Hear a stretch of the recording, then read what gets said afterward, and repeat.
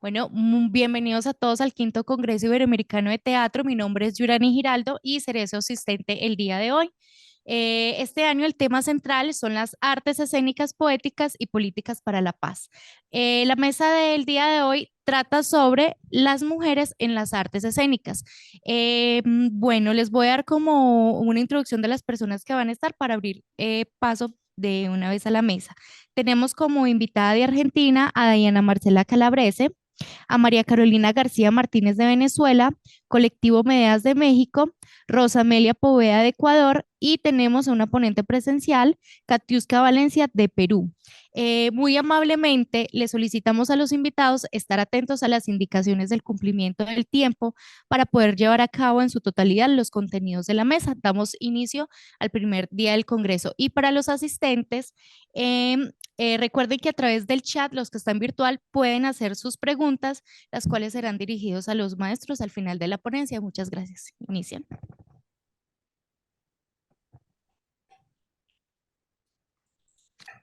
Bueno, ¿comenzamos? Sí.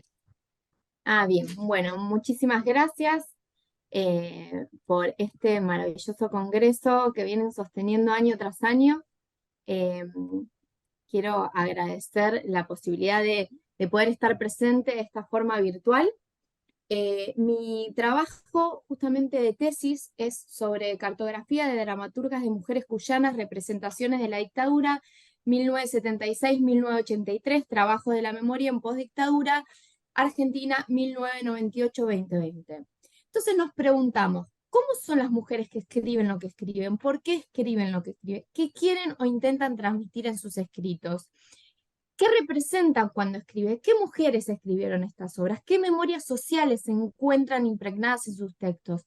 ¿Qué representan y cómo representan al teatro por la memoria desde una mirada femenina y desde su territorio? Y de estas posibles respuestas encontrar un nuevo camino en la enunciación para poder abordar sus dramaturgias. En este trabajo especialmente focalizaremos en dos obras de las dramaturgas mendocinas Después del agua de Sonia de Monte, de Bowen y Cóndor de Susana Tampieri. Ahí queríamos hacer un resumen y justamente territorializar dónde queda la provincia de Mendoza. La postdictadura argentina comienza con la recuperación de la democracia en 1983 y remite a una unidad extensa de historización por lo que significó el aberrante genocidio realizado por la dictadura militar argentina de 1976-1983. La recuperación, eh, la, la, la recuperación de la democracia implica hacernos cargos de que en nuestra Argentina hubo exiliadas, censuras, campos de concentración donde realizaron torturas crueles, violaciones y atrocidades, donde mujeres eran asesinadas luego de dar a luz en condiciones extremas y sus hijos eran secuestrados para darles en adopción a otras familias. Argentina es un país con más de 30.000 desaparecidos, desaparecidas y desaparecidas. Estamos totalmente en contra del negacionismo que está habiendo hoy en día en nuestra Argentina. La postdictadura argentina viene a repensar nuestra historia partiendo del deber de la memoria y la negación al olvido. Es por ello que las culturas y los teatros argentinos trabajaron y trabajan desde diferentes enfoques para repensar el horror histórico del pasado que sigue denunciando en el presente. Establecemos ejes teóricos y metodológicos vinculados a las relaciones entre la macropolítica y la micropolítica, y al mismo tiempo que una historización en los teatros argentinos con la que dialogan las poéticas. Acá podemos ver claramente un cuadro que plantea Jorge Duati con los grandes momentos y la superiorización teatral. Nosotros rápidamente nos vamos a focalizar en lo que está en naranja. Continúa, así podemos focalizar en las obras. El teatro se vislumbra como productor de sentidos en todo y en cada uno de los órdenes de la práctica teatral y sus vínculos sociales que evocan acontecimientos políticos. Como reflexiona nuestro dramaturgo argentino Roberto Cosa en su artículo, el teatro siempre hace política. Por ende, el género se encuentra impregnado en y por lo político, y en este caso en el teatro. Para comenzar, podemos citar a Schelling, que propone un esquema muy profundo e interesante para definir lo que involucra el género. Es decir, que teatro, política y género se encuentran unidos, entramados. Para este trabajo se eligieron los textos dramáticos producidos en la postdictadura argentina, donde se enmarcan en el teatro por la memoria, escrito por dramaturgas mendocinas Sonia de Monte con Después del agua de 1998 y Susana Tampieri con Cóndor en 1997. Bueno, entonces comenzamos preguntándole a estas mujeres, ¿no? Sonia de Monte, acá también, perdón, antes reafirmábamos los dichos con respecto a las situaciones de poder que estaban en el teatro y que siguen en muchos momentos estando, con, por ejemplo, los varones y las mujeres. Sonia de Monte, en 1958, nacida en una localidad pequeña de Mendoza, en un pueblo bowen, pero al preguntarle a ella en una entrevista realizada en el 2020 cómo se describe Sonia rápidamente, nos dice, abro comillas, yo mujer lo he intentado decir desde la dramaturgia, desde un microcuento, de la historia de las piedras, cierro comillas, bueno, y ahí empieza a hacer todo un, una obra de teatro por sí mismo. Entonces le volvemos a preguntar, ¿no? Le vuelvo a preguntar y ella continúa respondiendo cómo se percibía. Ah, eso me cuesta más. Soy mujer, enojada. Me han abusado en varios sentidos. Yo lloro poco o nada, atea, anarca, tímida, bastante pesimista, militante por los derechos humanos, no olvido. Susana Tampieri, 1934-2020, fue escritora, notoria, abogada, atea, feminista, traductora, nacida ella en Buenos Aires, se va a vivir a Córdoba y luego se radica en la provincia de Mendoza. Con ella no tuvimos la misma suerte de entrevistarla porque fallece unos meses antes de empezar este trabajo de investigación, pero podemos encontrar una entrevista interesante, abro comillas. Nunca tuve ningún problema vocacional, siempre supe que quería escribir desde los 9 años. Con mi primer cuento en la mano sentí que lo mío era la literatura, pero mi familia me enseñó de que eso no iba a poder vivir y tenía que estudiar una carrera para mantenerme. Así que estudié abogacía, pero mi militancia por la política me hizo desistir de ese mundo jurídico. En otra parte dice, ser atea para mí es ser libre. La entrevista la hace Perla Salas de Lima. Bueno, iniciando el análisis atenta a las singularidades de ambas dramaturgas, habilitando las lecturas tridimensionales, podríamos decir que leemos de manera constelar desde una geografía teatral, como nos plantea Jorge Dugati.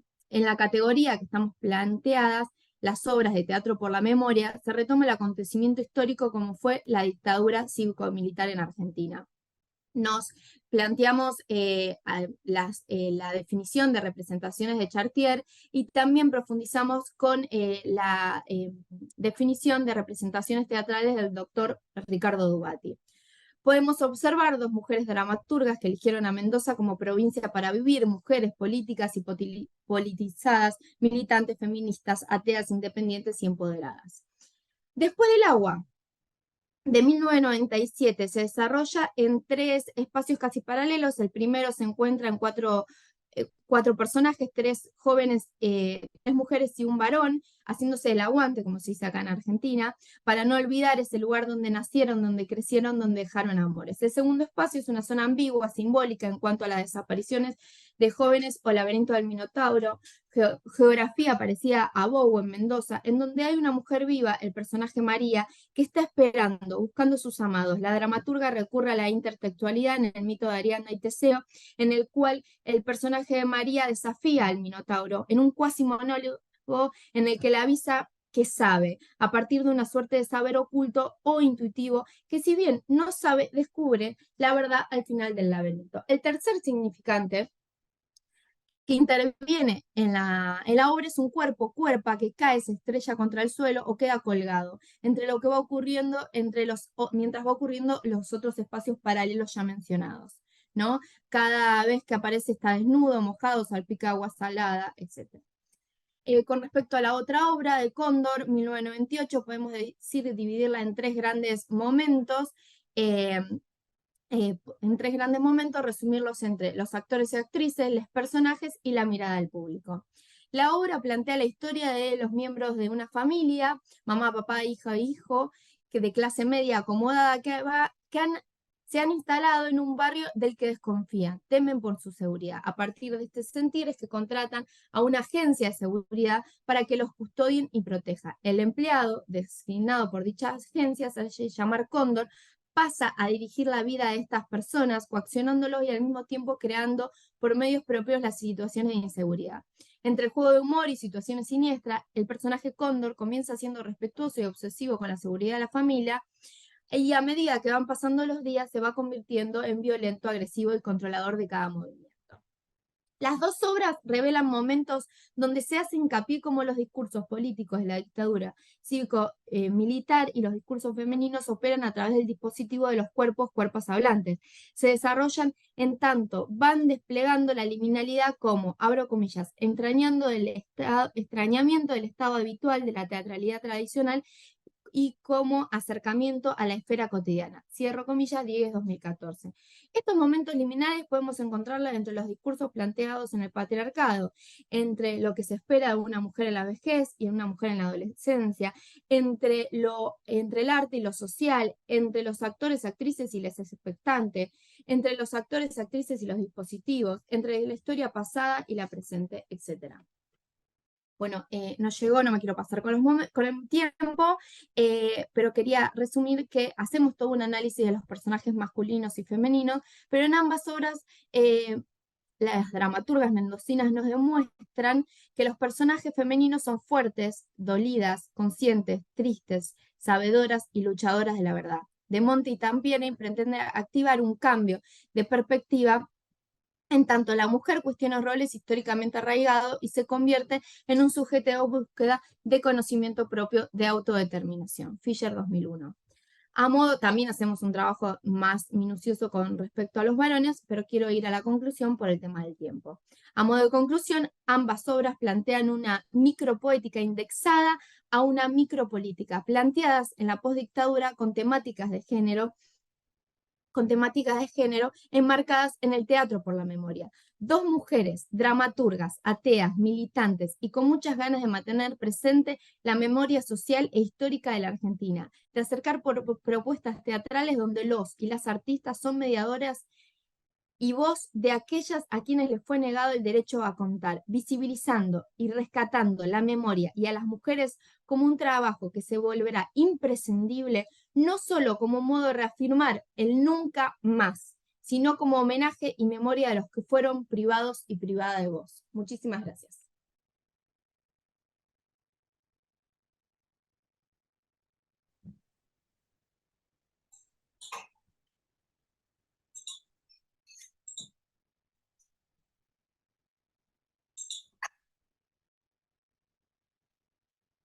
No la escucho.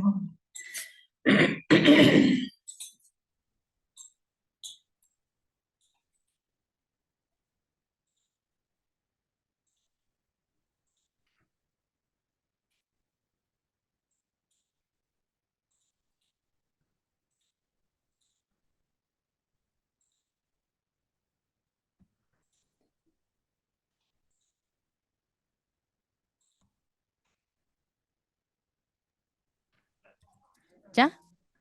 María Carolina, ¿me escucha? Ahora sí. Hola, ¿cómo estás? Bueno, ya te presenté. Puedes empezar. Bienvenida. Vale, gracias. Muchas gracias.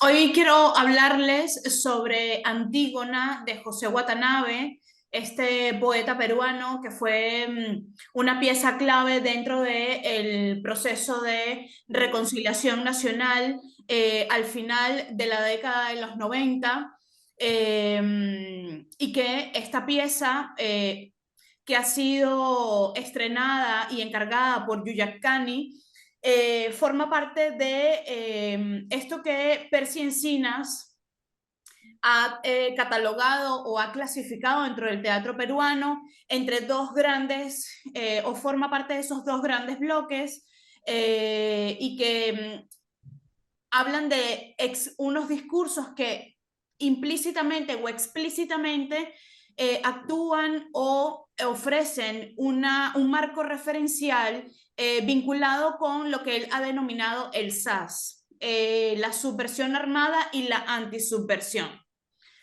Estas dos tendencias que catalogan un eje doble en la producción dramática hacen visible la relación inextricable entre los creadores y su realidad.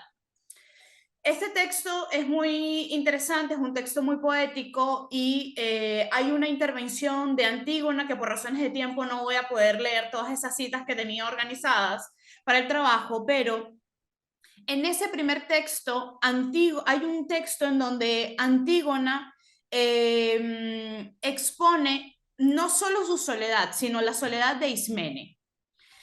ella va a ser sometida a la voluntad de Antígona, debe permanecer al margen de sus acciones, es más, ni siquiera la considera para ello.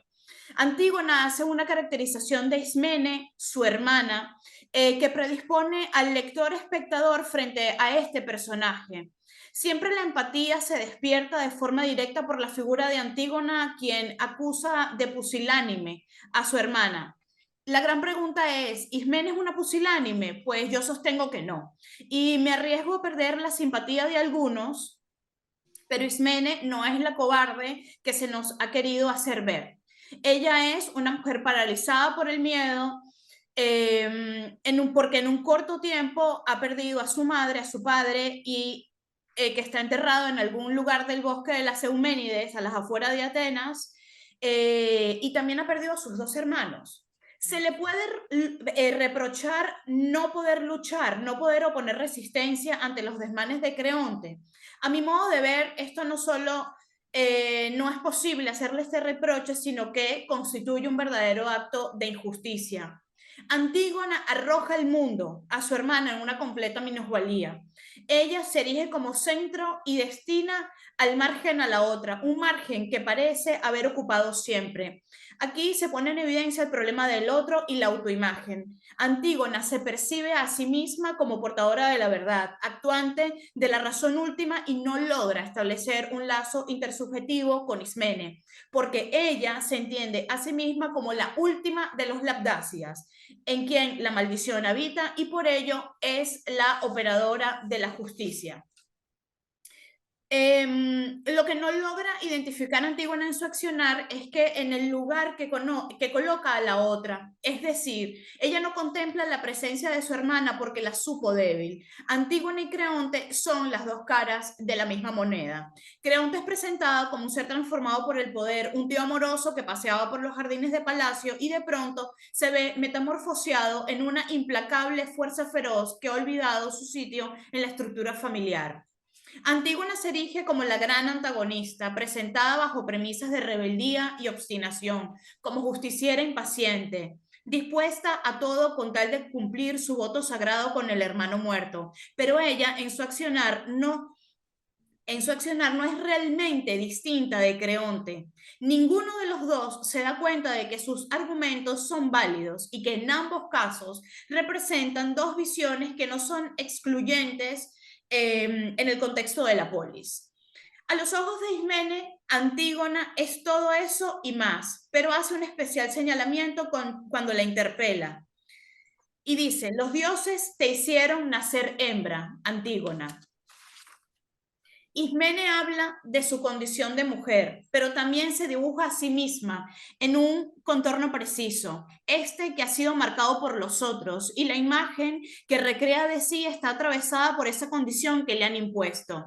Esto lo revisaré en dos niveles: la imposibilidad de la actuación desde lo femenino y el reconocimiento de la otredad, a partir de la idea de Judith Butler que presenta en El grito de Antígona.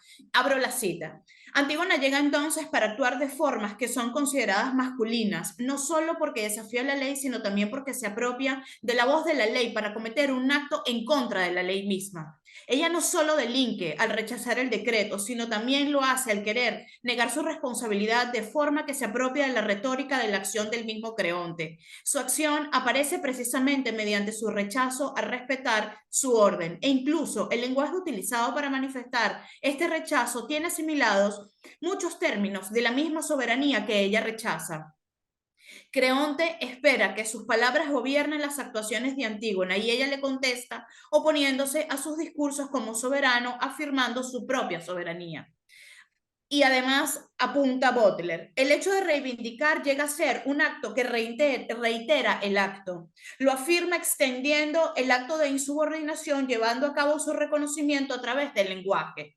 Este reconocimiento paradójicamente requiere un sacrificio de autonomía al mismo tiempo que se lleva a cabo. Ella se afirma a sí misma a través de la voz del otro, de ese alguien a quien ella se opone. Entonces, su autonomía se obtiene a través de la apropiación de la voz autoritaria a la que ella se resiste. Una apropiación que se encuentra en su interior simultáneamente al rechazo y la asimilación de esta. Ismene la enuncia como hembra, haciendo énfasis en su bestialidad y no en su humanidad, lo cual da cuenta de su propia visión del mundo. Es decir, Ismene ha asumido irrestricta y acríticamente la imagen que le impone la sociedad en la que ella habita y actúa en consecuencia de ello. Le recuerda a Antígona que ella es solo una mujer, que no tiene espacio en las decisiones de la ciudad o injerencia para tratar de subvertir el orden. La postura de Ismene expone su incapacidad para la acción porque el lugar de su identificación está en lo femenino, en la madre que ahora reposa en el sepulcro, mientras que Antígona ha negado para sí todo lo que se relaciona con esa figura que se intuye pasiva e inerte. Ella encuentra identificación en la reivindicación del modelo paterno a través de la figura del hermano muerto. La transgresión se hace desde la idea de lo masculino, que también la habita. Ahora bien, ese grado de identificación por Polinices expone la verdad y la de Creonte, porque su fuerza y su despliegue de la autonomía subversiva está ejecutado desde el otro. Se da una suerte de mecánica de espejos, Antígona, Creonte, Antígona. Ella se enfrenta al otro con las armas de este haciéndose uno, demostrando que ambos manejan las dos partes de un mismo discurso. Frente a este espejo está Ismene, quien no encuentra un reconocimiento por parte de su hermana. Las dos fuerzas en pugna que exhiben la tensión interior de un mismo modo de entender el mundo ponen en relieve su soledad.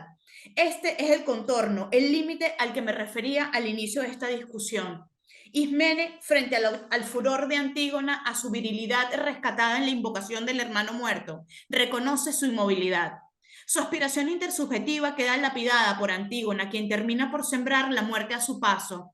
Ismene no alcanza el reconocimiento y la conduce a un ensimismamiento que solo puede ser entendido desde la imagen de la estatua del miedo. Bajo la perspectiva que quiero plantear, la muerte de Antígona es el cese de la vida antes de que la vida siquiera comenzase.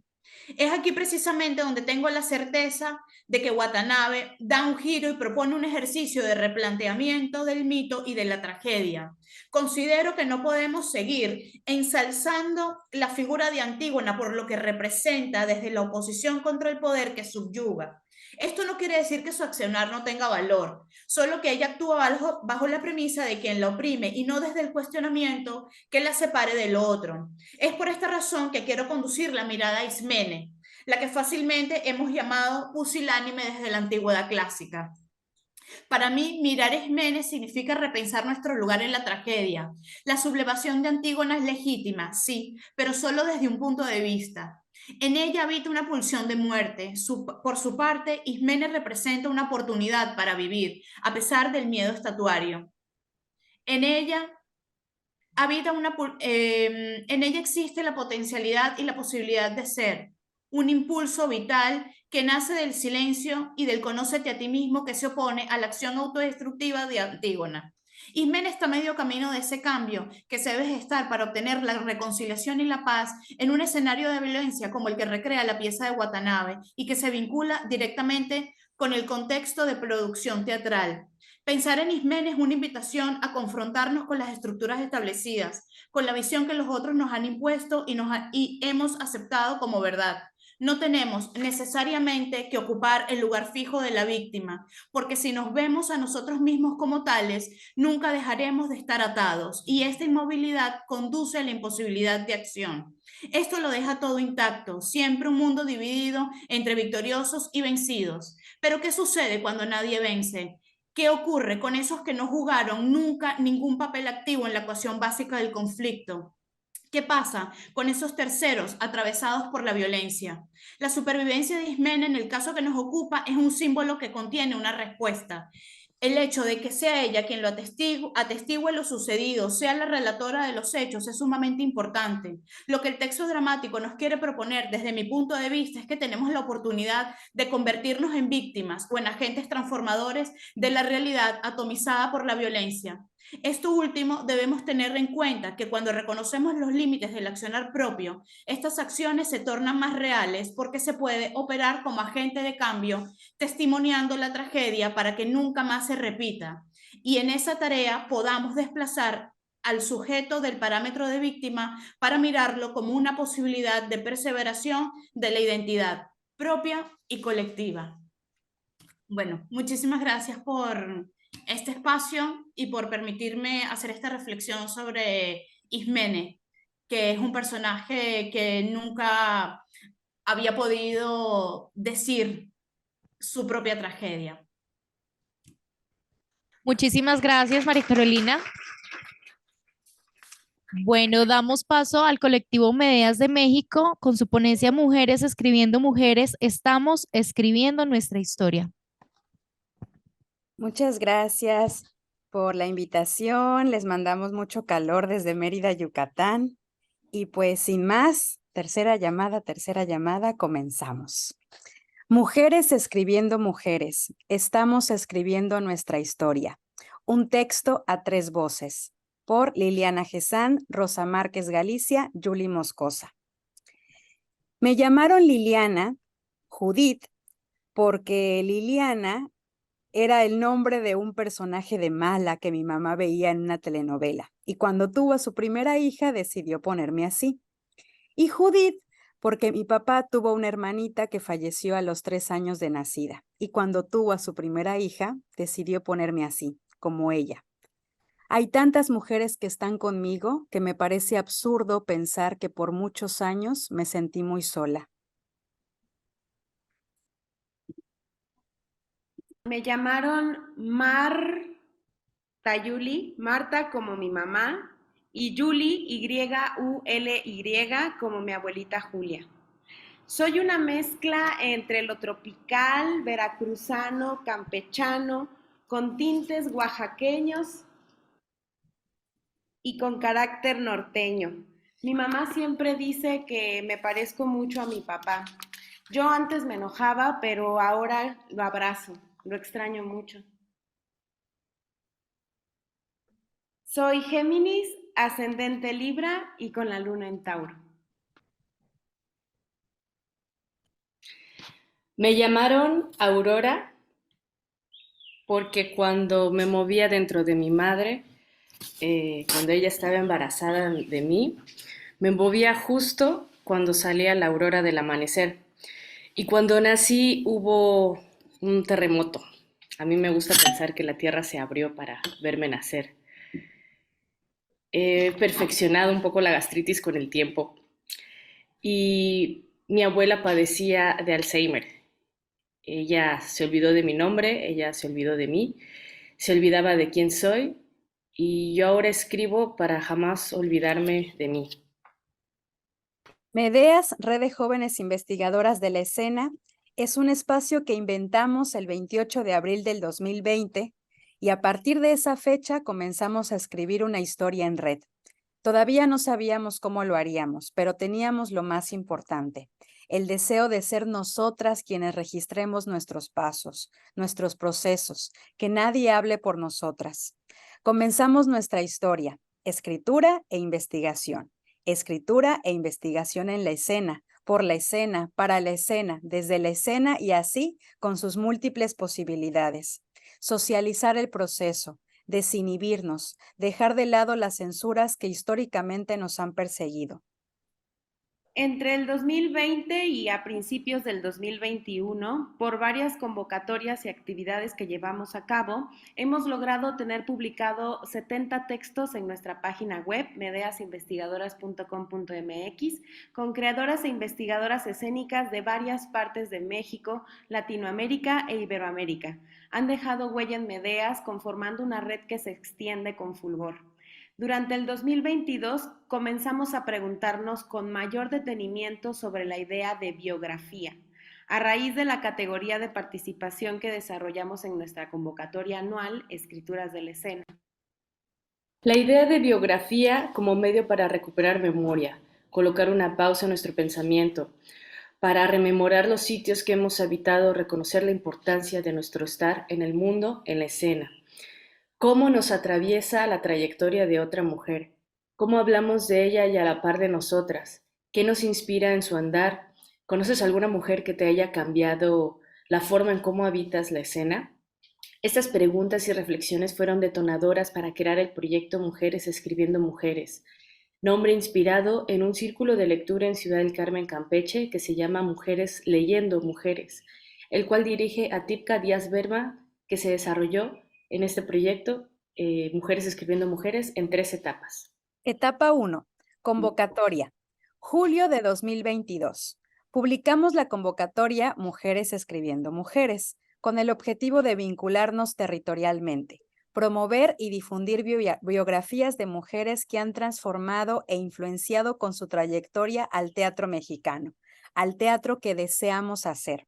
Para esta publicación solicitamos resúmenes bajo una serie de temas que consideramos en ese momento como capítulos: gestión cultural creativa, pedagogías alternativas, metodologías para la creación y la producción escénica, saberes y comunidad, teatralidades contemporáneas.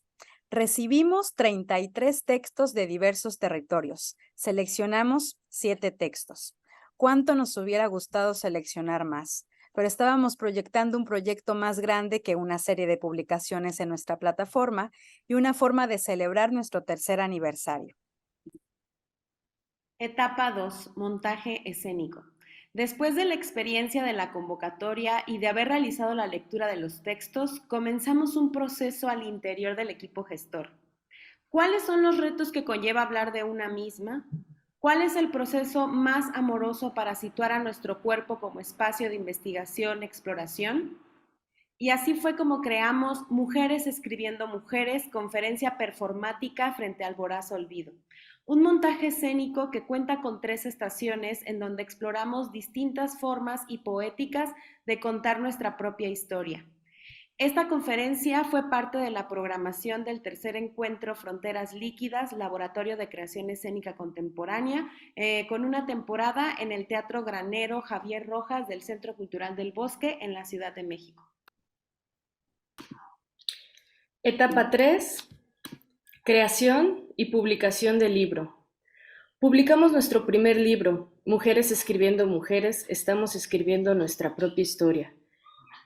Si podemos mostrar el libro, es este. Y me gustaría también leerles un pedacito de nuestro prólogo, quien Didán Huiquén nos hizo pues, el honor de regalarnos este prólogo. Y dice así: el título de este libro es también una declaración de continuidad, un proceso que no debiera nunca más ser interrumpido, un conjuro que incita a volver el reconocimiento de las trayectorias, las biografías y las historias de las otras, un hábito investigativo y escritural. Somos 24 mujeres quienes hemos trabajado en este libro, todas de distintas territorialidades: Yucatán, Campeche, Ciudad de México, Cuernavaca, San Luis Potosí, Estado de México, Michoacán.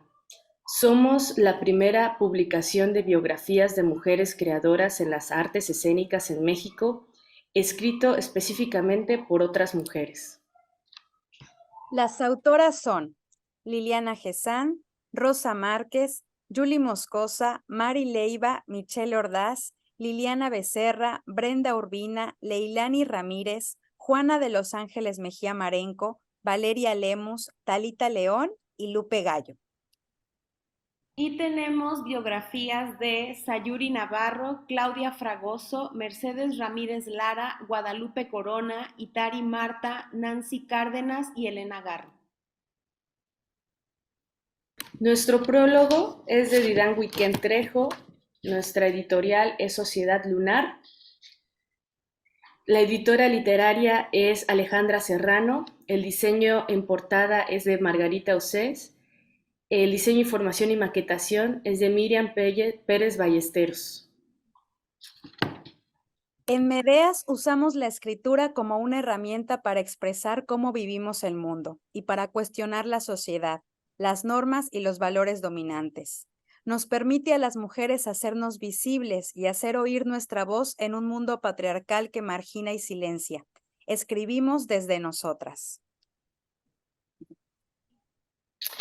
Leamos historias de mujeres, reivindiquemos nuestro gozo, cuidemos nuestra capacidad de asombro, habitemos el mundo con ternura, escribamos sobre mujeres. La escritura es una forma de curación, es una forma de conectarse con otras personas y con una misma. Bell Hooks. Muchas gracias.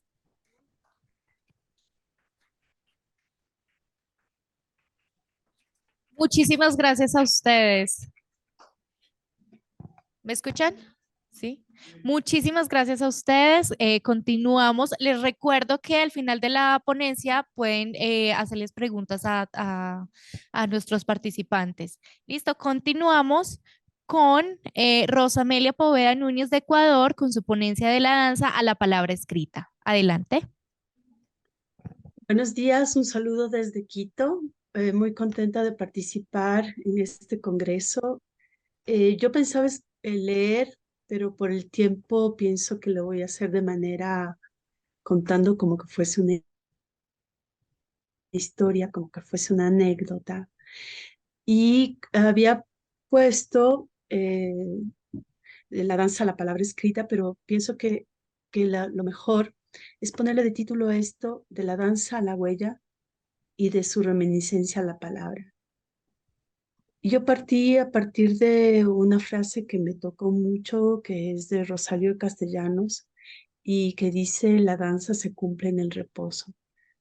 Y es verdad, porque se cumple no solamente de manera, de modo de analepsis, sino también de prolepsis, es decir, mirando hacia el pasado y también proyectando hacia el futuro. Y ya que Rosario Castellanos había escrito esta frase a partir de su gran entusiasmo por el maestro Rodolfo Reyes, que también estuvo en Ecuador mucho tiempo y que creó la Compañía Nacional de Danza. Me pareció interesante preguntarme cómo que si las danzas desde su propia experiencia pueden construir sentidos que permitan formular propuestas interepistémicas. Y a partir de eso comencé como a buscar cómo ha sido la relación de la palabra con la danza o la danza con la palabra. Y me encontré con muchas cosas y sobre todo con un escrito de Gabriel Goiri que habla sobre todo sobre este periodo de la pandemia, en donde hablaba de cómo eh, cómo se produce una animalidad a las cosas o a los objetos, a los niños, a la naturaleza, se le da una especie de concepto de salvaje para también sacrificarlo. Y en ese pensamiento pensé que la danza también había sufrido una feminización para también ser sacrificada y sacada de logos. Y al no tener este grafos, que es la palabra, no se la consideraba dentro de logos.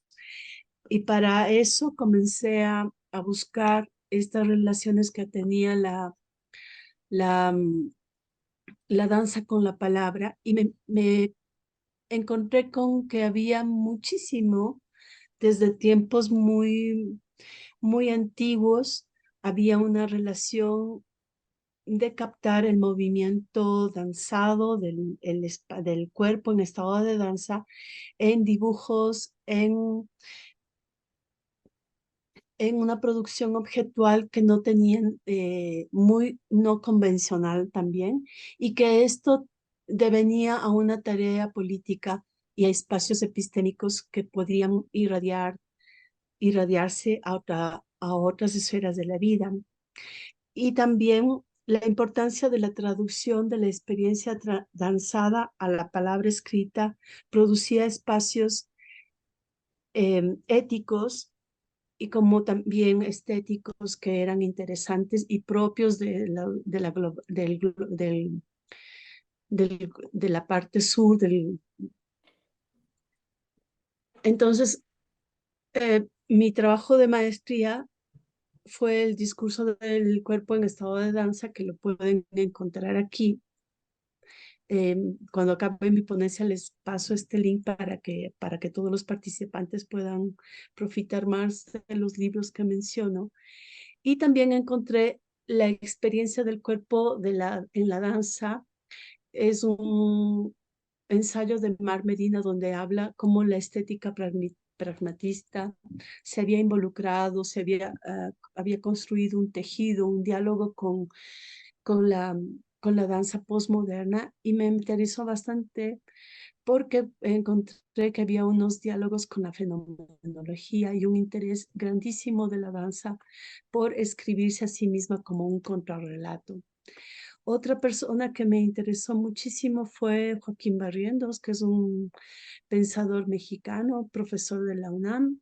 Él habla de esta palabra, de lo interepistémico, que es una relación de ida y de vuelta con las culturas de los pueblos originarios de Latinoamérica, que también han influido en el arte contemporáneo, sobre todo en el arte vanguardista. Y aquí puse también un ensayo que escribí para la UNAM, que es de la potencia gaudiana y el entusiasmo, en donde yo profundizo esta forma de presentar a la danza como un lugar de no grafos, de no palabra y de feminización, que desemboca también a lugares de violencia que se han dado últimamente o que se han revelado últimamente en la danza y que a partir de la pandemia fueron visibilizados por las bailarinas en varias redes sociales. Entonces, a mí me interesaba muchísimo profundizar porque esta situación de un arte menor, como se le considera la danza, también deviene a esta violencia interna que hay en los procesos de creación. Otra cosa que me interesó muchísimo y es a partir de la canoa de papel de Eugenio Barba, en donde él habla de que a veces los procesos son visibilizados por filósofos, muchas veces hombres, que hablan como que fuesen actores o personas que están dentro de un proceso dancístico. Y en esta investigación que yo hice, se elevan, sobre todo en Latinoamérica, las voces femeninas que escriben desde la danza y no sobre la danza. Entonces, yo había visto que hay una relación, una influencia de la fenomenología de Husserl en las artes en relación a estas palabras del eidos, del noemia y el giro de vocablos, un giro al retorno de vocablos griegos, y había una decisión de la descripción y comprensión de una identificación de la experiencia empirista en el arte, sobre todo desde la Bauhaus, desde Kandinsky, Mahler, pero que no se habían hablado sobre cómo es esta relación de la experiencia en la danza. Sin embargo, hay muchos formas de escritura desde la danza para documentar el movimiento que no son reconocidos como que fuesen palabra, pero sin embargo son espacios que escriben sobre la danza y están preocupados sobre la memoria. Hay muchos escritos sobre Paul Valéry, sobre el concepto del estado de danza, pero me preocupaba muchísimo que Paul Valéry no era un bailarín, pero hablaba del estado de danza. Entonces, me comprendí que también la contemplación hacía que tú te involucres con la descripción de esa experiencia dancística. Y sobre todo, desde los pueblos originarios se había captado este estado de danza en la producción objetual, de manera que se producía esta experiencia dancística de manera sonora y áptica. Entonces, creo que hay muchas formas de que se han escrito sobre la danza, sobre la relación de la palabra con la danza, y encontré que en la danza moderna había muchas biografías. En la danza expresionista están naturalmente este sistema Laban Notation que les voy a mostrar. Y también desde la danza se había dialogado con las tecnologías, sobre todo en la danza postmoderna. Cunningham ya había propuesto un diálogo con tecnologías para descomponer y componer la coreografía. Y desde el danza teatro había muchos escritos del proceso de creación, sobre todo de Joan Ennicott, que habla desde sus diarios de campo sobre el trabajo con la compañía de Pina Bausch. Y yo les había puesto aquí también un video sobre cómo yo trabajo con conceptos de la fenomenología en las clases para después escribirlos con los bailarines. Y de ahí me di cuenta que había un potencial en escribir desde la experiencia danzada porque no se cita a otros autores y que estos escritos pueden ser potencialmente utilizados para nuestros proyectos, para presentar nuestro proyecto hacia el Estado, hacia la institución dancística. Y en estas distancias entre la experiencia de la danza y la palabra escrita, en esta enorme distancia que hay, me di cuenta que también había que se puede distinguir la relación con la danza, con la literatura, pero que desde la danza misma, la palabra puede suscitar momentos estéticos y momentos muy ricos que pueden edificar todo una tarea política que coloca al discurso del cuerpo en estado de danza como un contrarrelato político. Entonces, este relato también viene acompañado por esta relación que les había contado, que es de analepsis y prolepsis. Analepsis que mira como al pasado y el prolepsis como que suscita mirar al futuro, y esto se da al mismo tiempo cuando se baila. Y esta experiencia, poderla traducir a la palabra es compleja porque no puede ser de manera literal, sino que se convierte en una experiencia poética. Y esto hace también que el discurso de la danza sea construido de manera polifónica, construido de muchas voces, con muchos colores y con mucha diversidad. Sobre todo, esta traducción a la palabra me lleva a distinguir la producción que ha hecho los pueblos originarios desde tiempos memorables para construir una disidencia y un espacio de resistencia con la danza. Y es así con lo cual yo propongo hacer talleres y cursos que escriban desde la reminiscencia del movimiento para poder construir espacios con lugares dancísticos con una proyección original y creativa y resaltando sus propias voces. Les voy a mostrar un pequeño teaser de la obra La ciudad de las mujeres y nobles, con la cual también se construyó a partir de varios relatos que hicimos con mujeres de la ciudad, con mujeres de la escuelita Mujeres de Frente y con bailarinas profesionales. Me dicen si se ve.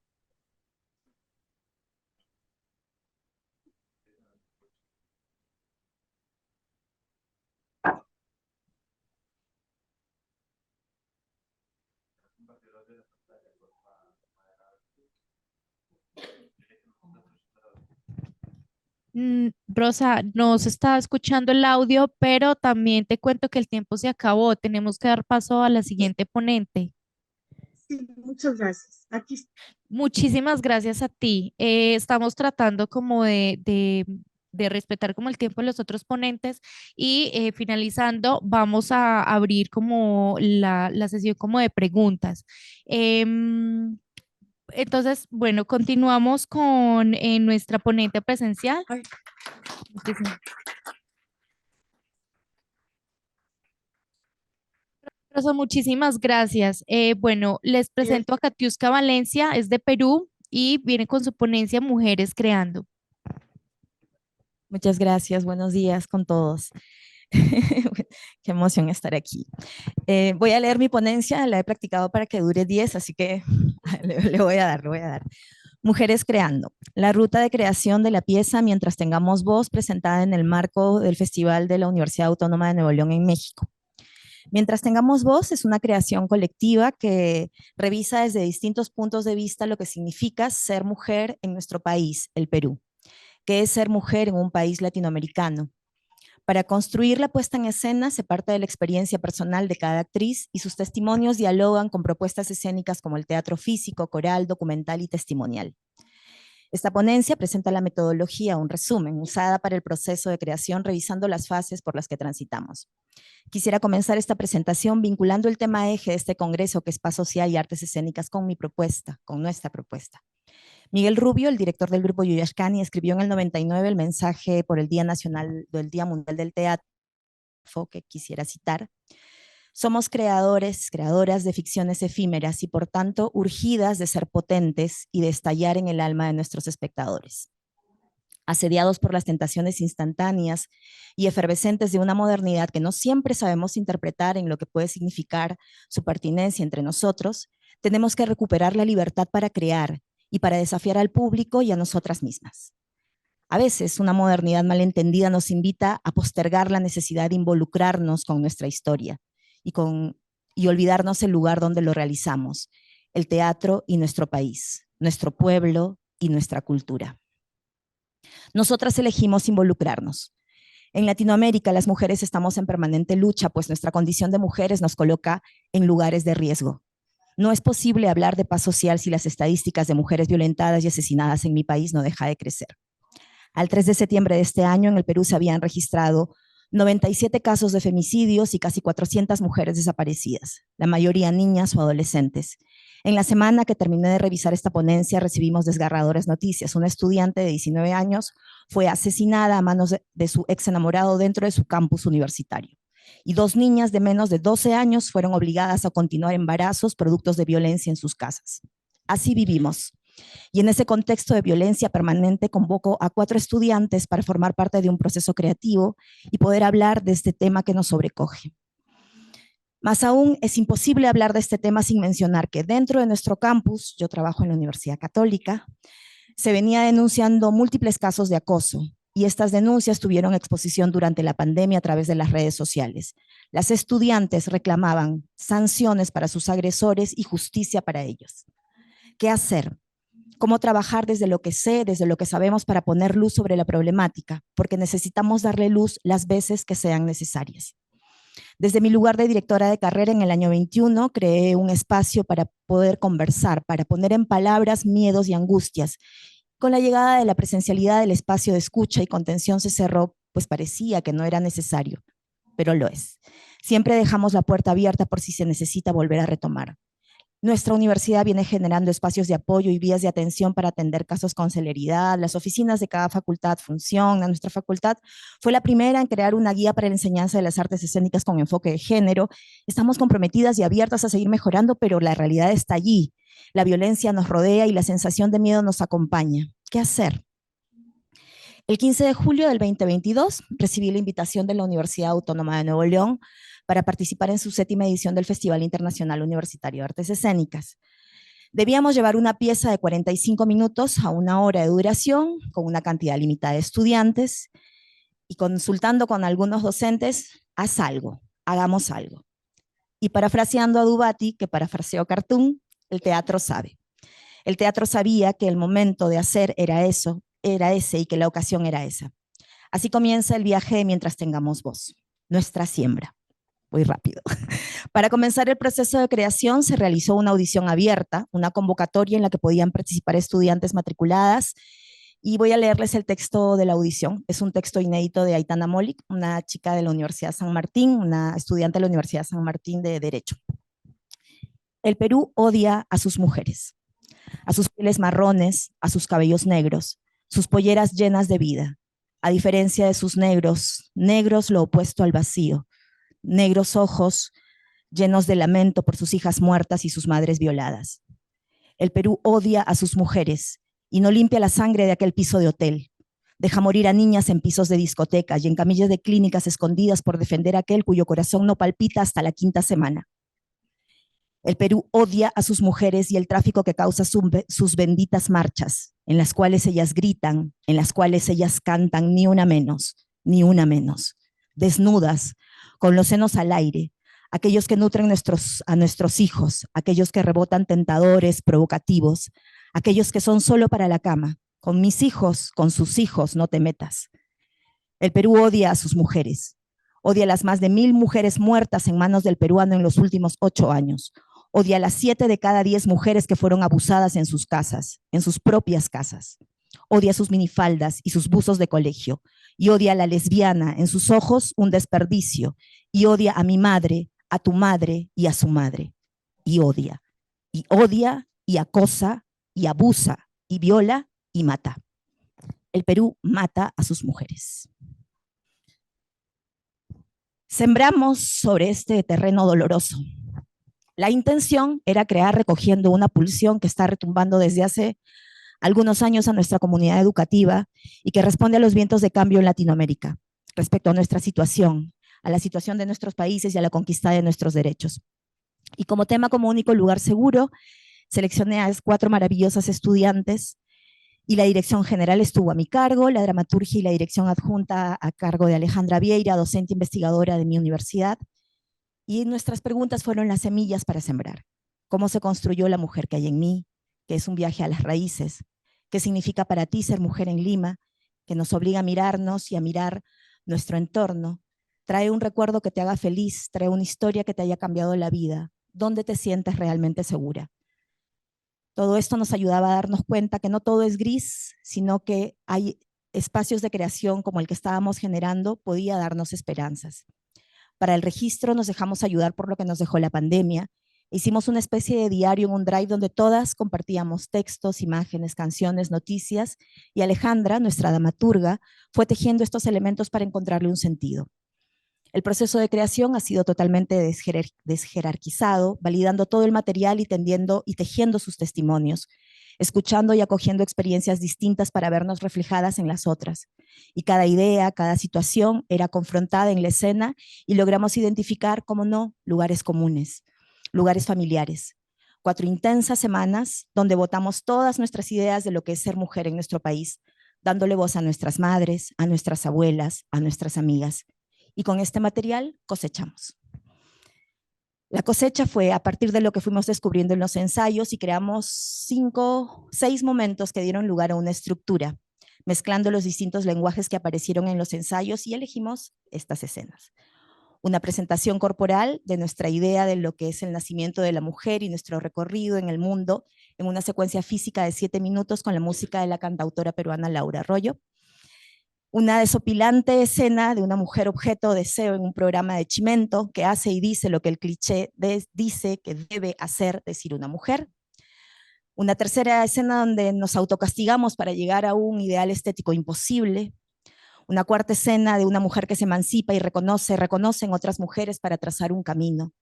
Una quinta escena de la mujer que sabe que pese a lo mucho que se avanza y que nos empoderamos, tenemos todavía latentes miedos para amanecer muertas a manos de un ex, de tu esposo, de tu novio, del hombre al que no le hiciste caso. Y luego, esa voz que aparece como forma de grito, en forma de canción, en forma de colectivo, en forma de esperanza. Una pieza de 50 minutos, divertida, conmovedora, valiente, porque habla desde las palabras de mujeres en sus 20s que no van a dejar de gritar hasta encontrar la paz. Mientras tengamos voz, va a seguir gritando, denunciando, actuando, performando, cantando, creando, amando, pintando, jugando, resistiendo y reinventándonos. Estamos en un proceso de revisión de la pieza que ha sido seleccionada para participar en el Reencuentro Internacional de Teatro Universitario en Bélgica en noviembre, ahora mismo. Y la pregunta que necesitamos hacernos es, ¿qué necesitamos hacer para acabar con esta violencia? Nuestro corazón nos dice que necesitamos hacer más teatro. Un teatro que siga abordando estos temas que nos duelen para ensayar una o muchas respuestas con una voz común. Muchas gracias.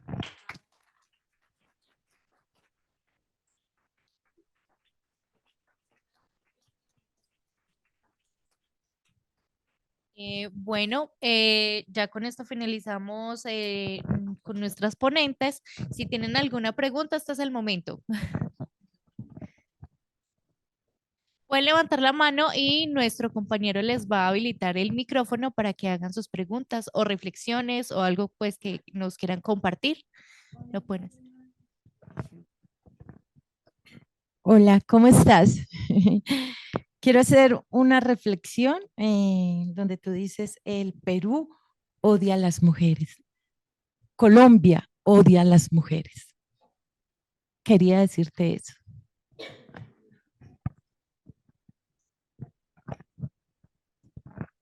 Buenos días. Hace poco estaba hablando con una maestra que también ella denuncia pues todas estas situaciones, sobre todo en la academia, y tú lo comenzaste a hacer dentro de la academia. Ella decía al final como, vale, a veces es agotador, en serio, porque es como muchas personas en contra de mí, ¿sí?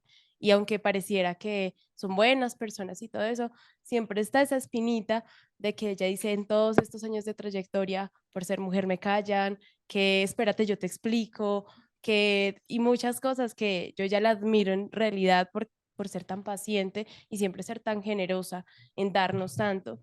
Mi pregunta es cómo en Perú, en tu academia, en tu posición, hay esta movilización desde dentro de tu círculo de docentes, de estudiantes, de acabar un poco con estas personas que siempre dicen, espérate, yo te explico, es que no, tú no sabes, es que mis años, o es que es porque eres mujer, cómo acabar esto. Y gracias por tu ponencia, muy Muchas hermosa. gracias.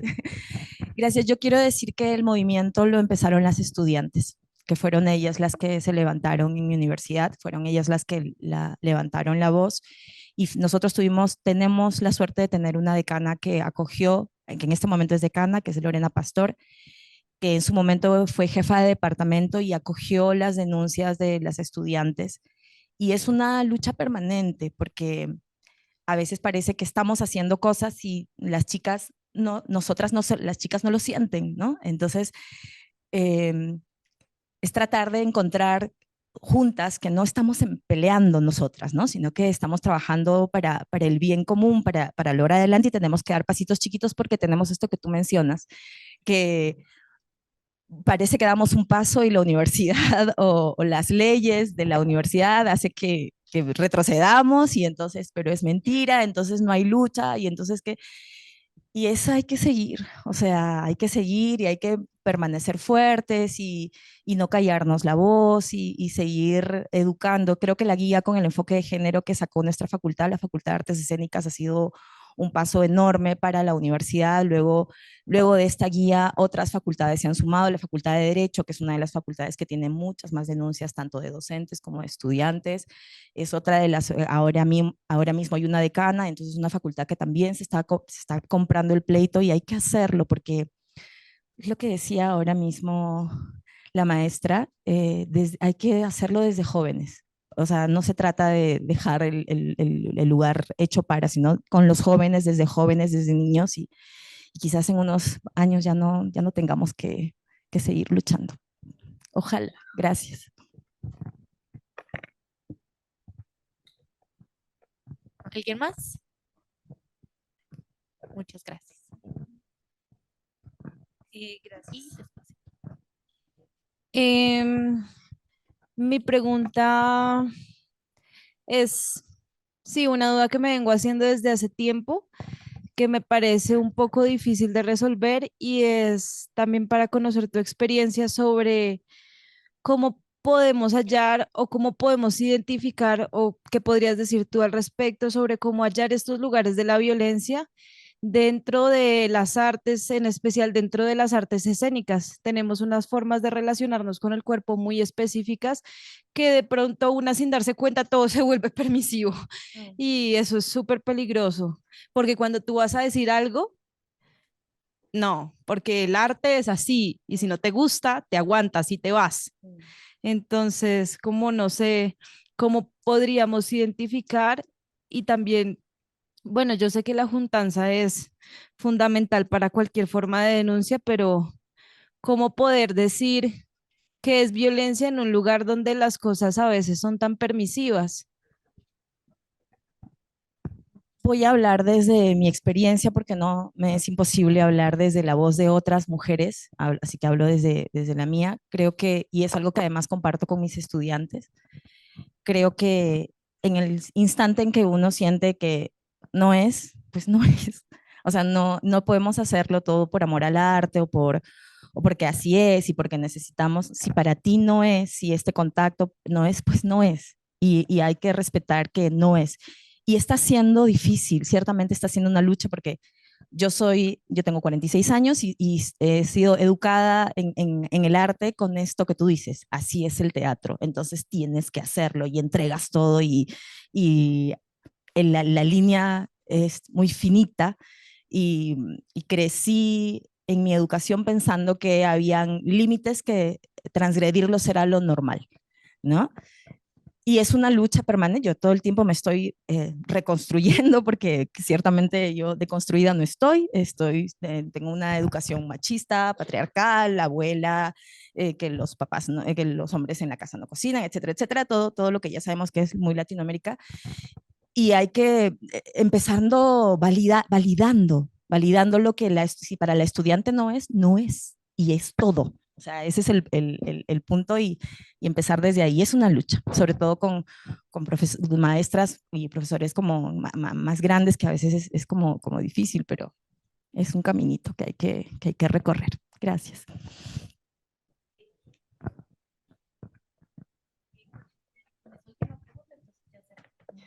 La mía es breve. Al colectivo Medeas, ¿cómo tenemos acceso a ese libro?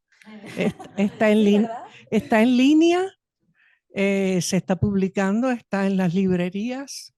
Gracias.